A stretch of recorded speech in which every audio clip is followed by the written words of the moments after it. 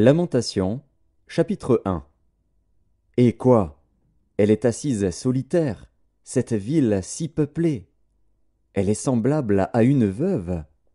Grande entre les nations, souveraine parmi les États, elle est réduite à la servitude. Elle pleure durant la nuit, et ses joues sont couvertes de larmes. De tous ceux qui l'aimaient, nul ne la console. Tous ses amis lui sont devenus infidèles, ils sont devenus ses ennemis. Juda est en exil, victime de l'oppression et d'une grande servitude. Il habite au milieu des nations, et il n'y trouve point de repos. Tous ses persécuteurs l'ont surpris dans l'angoisse. Les chemins de Sion sont dans le deuil, car on ne va plus aux fêtes. Toutes ses portes sont désertes, ses sacrificateurs gémissent, ses vierges sont affligées, et elle est remplie d'amertume. Ses oppresseurs triomphent, ses ennemis sont en paix. Car l'Éternel l'a humiliée à cause de la multitude de ses péchés. Ses enfants ont marché captifs devant l'oppresseur. La fille de Sion a perdu toute sa gloire. Ses chefs sont comme des cerfs qui ne trouvent point de pâture et qui fuient sans force devant celui qui les chasse. Au jour de sa détresse et de sa misère, Jérusalem s'est souvenue de tous les biens dès longtemps son partage, quand son peuple est tombé sans secours sous la main de l'oppresseur. Ses ennemis l'ont vu, et ils ont ri de sa chute. Jérusalem a multiplié ses péchés, c'est pourquoi elle est un objet d'aversion. Tous ceux qui l'honoraient la méprisent, en voyant sa nudité. Elle-même soupire, et détourne la face. La souillure était dans les pans de sa robe, et elle ne songeait pas à sa fin. Elle est tombée d'une manière étonnante, et nul ne la console. Vois ma misère, ô Éternel. Quelle arrogance chez l'ennemi! L'oppresseur a étendu la main sur tout ce qu'elle avait de précieux. Elle a vu pénétrer dans son sanctuaire les nations auxquelles tu avais défendu d'entrer dans ton assemblée. Tout son peuple soupire, il cherche du pain. Ils ont donné leurs choses précieuses pour de la nourriture, afin de ranimer leur vie. Vois, Éternel, regarde comme je suis avili. Je m'adresse à vous tous qui passez ici. Regardez et voyez s'il est une douleur pareille à ma douleur, à celle dont j'ai été frappé. L'Éternel m'a affligé au jour de son ardente colère. D'en haut, il a lancé dans mes os un feu qui les dévore. Il a tendu un filet sous mes pieds. Il m'a fait tomber en arrière. Il m'a jeté dans la désolation, dans une langueur de tous les jours. Sa main a lié le joug de mes iniquités. Elles se sont entrelacées, appliquées sur mon cou. Il a brisé ma force. Le Seigneur m'a livré à des mains auxquelles je ne puis résister. Le Seigneur a terrassé tous mes guerriers au milieu de moi. Il a rassemblé contre moi une armée pour détruire mes jeunes hommes. Le Seigneur a foulé au pressoir la Vierge, fille de Juda. C'est pour cela que je pleure, que mes yeux fondent en larmes, car il s'est éloigné de moi, celui qui me consolerait, qui ranimerait ma vie. Mes fils sont dans la désolation, parce que l'ennemi a triomphé. Sion a étendu les mains, et personne ne l'a consolé. L'Éternel a envoyé contre Jacob les ennemis d'alentour. Jérusalem a été un objet d'horreur au milieu d'eux. L'Éternel est juste, car j'ai été rebelle à ses ordres. Écoutez, vous tous, peuple, et voyez ma douleur. Mes vierges et mes jeunes hommes sont allés en captivité. J'ai appelé mes amis, et ils m'ont trompé. Mes sacrificateurs et mes anciens ont expiré dans la ville. Ils cherchaient de la nourriture, afin de ranimer leur vie. Éternel, regarde ma détresse. Mes entrailles bouillonnent, mon cœur est bouleversé au-dedans de moi, car j'ai été rebelle. Au dehors l'épée a fait ses ravages, au dedans la mort. On a entendu mes soupirs, et personne ne m'a consolé. Tous mes ennemis ont appris mon malheur, ils se sont réjouis de ce que tu l'as causé. Tu amèneras, tu publieras le jour où ils seront comme moi. Que toute leur méchanceté vienne devant toi, et traite-les comme tu m'as traité, à cause de toutes mes transgressions. Car mes soupirs sont nombreux, et mon cœur est souffrant. Lamentation, chapitre 2. Et quoi? Le Seigneur, dans sa colère, a couvert de nuages la fille de Sion. Il a précipité du ciel sur la terre la magnificence d'Israël. Il ne s'est pas souvenu de son marchepied au jour de sa colère. Le Seigneur a détruit sans pitié toutes les demeures de Jacob. Il a, dans sa fureur, renversé les forteresses de la fille de Juda. Il les a fait rouler à terre. Il a profané le royaume et ses chefs. Il a, dans son ardente colère, abattu toute la force d'Israël. Il a retiré sa droite en présence de l'ennemi. Il a allumé dans Jacob des flammes de feu qui dévorent de tous côtés. Il a tendu son arc comme un ennemi. Sa droite s'est dressée comme celle d'un assaillant. Il a fait périr tout ce qui plaisait au regard. Il a répandu sa fureur comme un feu sur la tente de la fille de Sion. Le Seigneur a été comme un ennemi. Il a dévoré Israël. Il a dévoré tous ses palais. Il a détruit ses forteresses. Il a rempli la fille de Juda de plaintes et de gémissements. Il a dévasté sa tente comme un jardin. Il a détruit le lieu de son assemblée. L'Éternel a fait oublier en Sion les fêtes et le sabbat, et, dans sa violente colère, il a rejeté le roi et le sacrificateur. Le Seigneur a dédaigné son autel, repoussé son sanctuaire. Il a livré entre les mains de l'ennemi les murs des palais de Sion. Les cris ont retenti dans la maison de l'Éternel, comme en un jour de fête. L'Éternel avait résolu de détruire les murs de la fille de Sion. Il a tendu le cordeau, il n'a pas retiré sa main sans les avoir anéantis.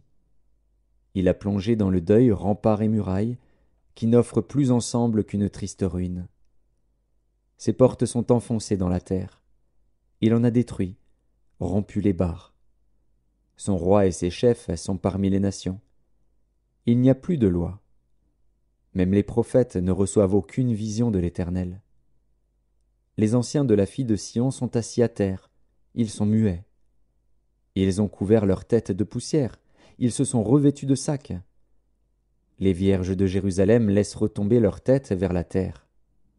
Mes yeux se consument dans les larmes, mes entrailles bouillonnent, ma bile se répand sur la terre, à cause du désastre de la fille de mon peuple, des enfants et des nourrissons en défaillance dans les rues de la ville.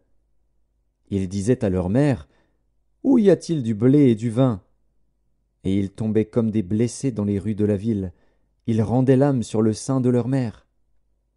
Que dois-je te dire? À quoi te comparer, fille de Jérusalem? Qui trouvait de semblable à toi, et quelle consolation te donner, vierge, fille de Sion? Car ta plaie est grande comme la mer. Qui pourra te guérir? Tes prophètes ont eu pour toi des visions vaines et fausses. Ils n'ont pas mis à nu ton iniquité, afin de détourner de toi la captivité. Ils t'ont donné des oracles mensongers et trompeurs. Tous les passants battent des mains sur toi, ils sifflent, ils secouent la tête contre la fille de Jérusalem. Est-ce là cette ville qu'on appelait une beauté parfaite, la joie de toute la terre? Tous tes ennemis ouvrent la bouche contre toi, ils sifflent, ils grincent des dents, ils disent « Nous l'avons englouti. C'est bien le jour que nous attendions, nous l'avons atteint, nous le voyons. » L'Éternel a exécuté ce qu'il avait résolu. Il a accompli la parole qu'il avait dès longtemps arrêtée. Il a détruit sans pitié. Il a fait de toi la joie de l'ennemi. Il a relevé la force de tes oppresseurs. Leur cœur crie vers le Seigneur. Mur de la fille de Sion, répand jour et nuit des torrents de larmes. Ne te donne aucun relâche, et que ton œil n'ait point de repos. Lève-toi, pousse des gémissements à l'entrée des veilles de la nuit. Répands ton cœur comme de l'eau en présence du Seigneur. Lève tes mains vers lui pour la vie de tes enfants qui meurent de faim au coin de toutes les rues. Vois, Éternel, regarde qui tu as ainsi traité. Fallait-il que des femmes dévorassent le fruit de leurs entrailles, les petits enfants objets de leur tendresse? que sacrificateurs et prophètes fussent massacrés dans le sanctuaire du Seigneur? Les enfants et les vieillards sont couchés par terre dans les rues. Mes vierges et mes jeunes hommes sont tombés par l'épée. Tu as tué au jour de ta colère. Tu as égorgé sans pitié. Tu as appelé de toutes parts sur moi l'épouvante, comme à un jour de fête. Au jour de la colère de l'Éternel, il n'y a eu ni réchappé ni survivant. Ceux que j'avais soignés et élevés, mon ennemi les a consumés. Lamentation, chapitre 3. Je suis l'homme qui a vu la misère sous la verge de sa fureur. Il m'a conduit, mené dans les ténèbres, et non dans la lumière. Contre moi il tourne et retourne sa main tout le jour. Il a fait dépérir ma chair et ma peau, il a brisé mes os. Il a bâti autour de moi, il m'a environné de poison et de douleur. Il me fait habiter dans les ténèbres, comme ceux qui sont morts dès longtemps. Il m'a entouré d'un mur, pour que je ne sorte pas. Il m'a donné de pesantes chaînes. J'ai beau crier et implorer du secours, il ne laisse pas accès à ma prière. Il a fermé mon chemin avec des pierres de taille, il a détruit mes sentiers. Il a été pour moi un ours en embuscade, un lion dans un lieu caché. Il a détourné mes voies, il m'a déchiré, il m'a jeté dans la désolation. Il a tendu son arc, et il m'a placé comme un but pour sa flèche. Il a fait entrer dans mes reins les traits de son carquois. Je suis pour tout mon peuple un objet de raillerie, chaque jour l'objet de leurs chansons. Il m'a rassasié d'amertume, il m'a enivré d'absinthe. Il a brisé mes dents avec des cailloux, il m'a couvert de cendres. Tu m'as enlevé la paix. Je ne connais plus le bonheur. Et j'ai dit, ma force est perdue, je n'ai plus d'espérance en l'Éternel. Quand je pense à ma détresse et à ma misère, à l'absinthe et au poison, quand mon âme s'en souvient, elle est abattue au-dedans de moi. Voici ce que je veux repasser en mon cœur, ce qui me donnera de l'espérance. Les bontés de l'Éternel ne sont pas épuisées. Ses compassions ne sont pas à leur terme. Elles se renouvellent chaque matin. Oh, que ta fidélité est grande! L'Éternel est mon partage, dit mon âme. C'est pourquoi je veux espérer en lui. L'Éternel a de la bonté pour qui espère en lui, pour l'âme qui le cherche. Il est bon d'attendre en silence le secours de l'Éternel. Il est bon pour l'homme de porter le joug dans sa jeunesse. Il se tiendra solitaire et silencieux, parce que l'Éternel le lui impose. Il mettra sa bouche dans la poussière, sans perdre toute espérance. Il présentera la joue à celui qui le frappe, il se rassasiera d'opprobre. Car le Seigneur ne rejette pas à toujours. Mais, lorsqu'il afflige, il a compassion selon sa grande miséricorde. Car ce n'est pas volontiers qu'il humilie et qu'il afflige les enfants des hommes. Quand on foule aux pieds tous les captifs du pays, quand on viole la justice humaine à la face du Très-Haut, quand on fait tort à autrui dans sa cause, le Seigneur ne le voit-il pas? Qui dira qu'une chose arrive sans que le Seigneur l'ait ordonnée? N'est-ce pas de la volonté du Très-Haut que viennent les maux et les biens? Pourquoi l'homme vivant se plaindrait-il? Que chacun se plaigne de ses propres péchés. Recherchons nos voies et sondons, et retournons à l'Éternel. Élevons nos cœurs et nos mains vers Dieu qui est au ciel. Nous avons péché, nous avons été rebelles. Tu n'as point pardonné. Tu t'es caché dans ta colère, et tu nous as poursuivis. Tu as tué sans miséricorde, tu t'es enveloppé d'un nuage pour fermer accès à la prière. Tu nous as rendus un objet de mépris et de dédain au milieu des peuples. Ils ouvrent la bouche contre nous, tous ceux qui sont nos ennemis. Notre partage a été la terreur et la fosse, le ravage et la ruine. Des torrents d'eau coulent de mes yeux, à cause de la ruine de la fille de mon peuple. Mon œil fond en larmes, sans repos, sans relâche, jusqu'à ce que l'Éternel regarde et voie du haut des cieux. Mon œil me fait souffrir, à cause de toutes les filles de ma ville. Ils m'ont donné la chasse comme à un oiseau, ceux qui sont à tort mes ennemis. Ils ont voulu anéantir ma vie dans une fosse, et ils ont jeté des pierres sur moi. Les eaux ont inondé ma tête. Je disais, je suis perdu. J'ai invoqué ton nom, ô Éternel, du fond de la fosse. Tu as entendu ma voix. Ne ferme pas l'oreille à mes soupirs, à mes cris. Au jour où je t'ai invoqué, tu t'es approché. Tu as dit, ne crains pas. Seigneur, tu as défendu la cause de mon âme. Tu as racheté ma vie. Éternel, tu as vu ce qu'on m'a fait souffrir. Rends-moi justice. Tu as vu toute leur vengeance, tout leur complot contre moi. Éternel, tu as entendu leurs outrages, tout leur complot contre moi, les discours de mes adversaires et les projets qu'ils formaient chaque jour contre moi. Regarde quand ils sont assis et quand ils se lèvent. Je suis l'objet de leurs chansons. Tu leur donneras un salaire, ô Éternel, selon l'œuvre de leurs mains. Tu les livreras à l'endurcissement de leur cœur, à ta malédiction contre eux. Tu les poursuivras dans ta colère, et tu les extermineras de dessous les cieux, ô Éternel. Lamentation, chapitre 4. Et quoi? L'or a perdu son éclat, l'or pur est altéré. Les pierres du sanctuaire sont dispersées au coin de toutes les rues. Les nobles fils de Sion, estimés à l'égal de l'or pur, sont regardés, hélas, comme des vases de terre, ouvrage des mains du potier. Les chacals même présentent la mamelle et allaitent leurs petits.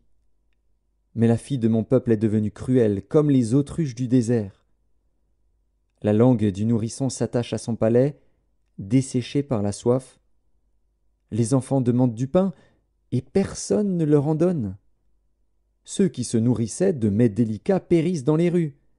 Ceux qui étaient élevés dans la pourpre embrassent les fumiers. Le châtiment de la fille de mon peuple est plus grand que celui de Sodome, détruite en un instant, sans que personne ait porté la main sur elle. Ces princes étaient plus éclatants que la neige, plus blancs que le lait. Ils avaient le teint plus vermeil que le corail. Leur figure était comme le saphir. Leur aspect plus sombre que le noir. On ne les reconnaît pas dans les rues. Ils ont la peau collée sur les os, sèche comme du bois. Ceux qui périssent par l'épée sont plus heureux que ceux qui périssent par la faim, qui tombent exténués, privés du fruit des champs. Les femmes, malgré leur tendresse, font cuire leurs enfants. Ils leur servent de nourriture, au milieu du désastre de la fille de mon peuple.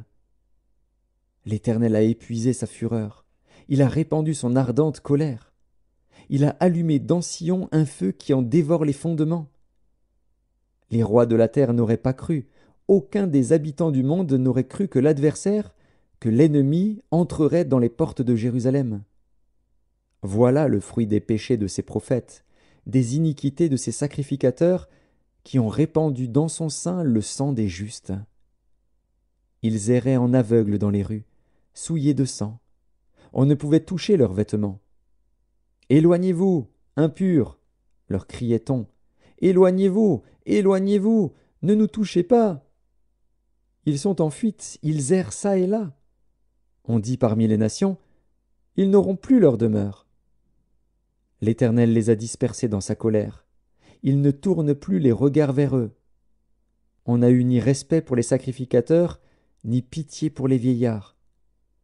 Nos yeux se consumaient encore, et nous attendions vainement du secours. Nos regards se portaient avec espérance vers une nation qui ne nous a pas délivrés. On épiait nos pas pour nous empêcher d'aller sur nos places. Notre fin s'approchait. Nos jours étaient accomplis. Notre fin est arrivée. Nos persécuteurs étaient plus légers que les aigles du ciel. Ils nous ont poursuivis sur les montagnes. ils nous ont dressé des embûches dans le désert. Celui qui nous faisait respirer, loin de l'Éternel, a été pris dans leur fosse. Lui de qui nous disions, nous vivrons sous son ombre parmi les nations. Réjouis-toi, tressaille d'allégresse, fille d'Édom, habitante du pays d'Utz. Vers toi aussi passera la coupe. Tu t'enivreras, et tu seras mise à nu. Fille de Sion, ton iniquité est expiée. Il ne t'enverra plus en captivité. Fille d'Édom, il châtiera ton iniquité. Il mettra tes péchés à découvert. Lamentation, chapitre 5. Souviens-toi, Éternel, de ce qui nous est arrivé. Regarde, vois notre opprobre. Notre héritage a passé à des étrangers, nos maisons à des inconnus. Nous sommes orphelins, sans père. Nos mères sont comme des veuves. Nous buvons notre eau à prix d'argent, nous payons notre bois. Nous sommes poursuivis, le joug sur le cou. Nous sommes épuisés, nous n'avons point de repos. Nous avons tendu la main vers l'Égypte, vers la Syrie, pour nous rassasier de pain. Nos pères ont péché, ils ne sont plus, et c'est nous qui portons la peine de leurs iniquités. Des esclaves dominent sur nous, et personne ne nous délivre de leurs mains. Nous cherchons notre pain au péril de notre vie, devant l'épée du désert. Notre peau est brûlante comme un four, par l'ardeur de la faim. Ils ont déshonoré les femmes dans Sion, les vierges dans les villes de Juda. Des chefs ont été pendus par leurs mains. La personne des vieillards n'a pas été respectée. Les jeunes hommes ont porté la meule, les enfants chancelaient sous des fardeaux de bois. Les vieillards ne vont plus à la porte, les jeunes hommes ont cessé leur chant. La joie a disparu de nos cœurs, le deuil a remplacé nos danses. La couronne de notre tête est tombée. Malheur à nous, parce que nous avons péché. Si notre cœur est souffrant, si nos yeux sont obscurcis, c'est que la montagne de Sion est ravagée, c'est que les renards s'y promènent.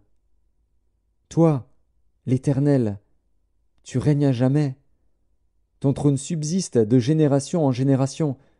Pourquoi nous oublierais-tu pour toujours? Nous abandonnerais-tu pour de longues années? Fais-nous revenir vers toi, ô Éternel, et nous reviendrons. Donne-nous encore des jours comme ceux d'autrefois. Nous aurais-tu entièrement rejetés? Et t'irriterais-tu contre nous jusqu'à l'excès?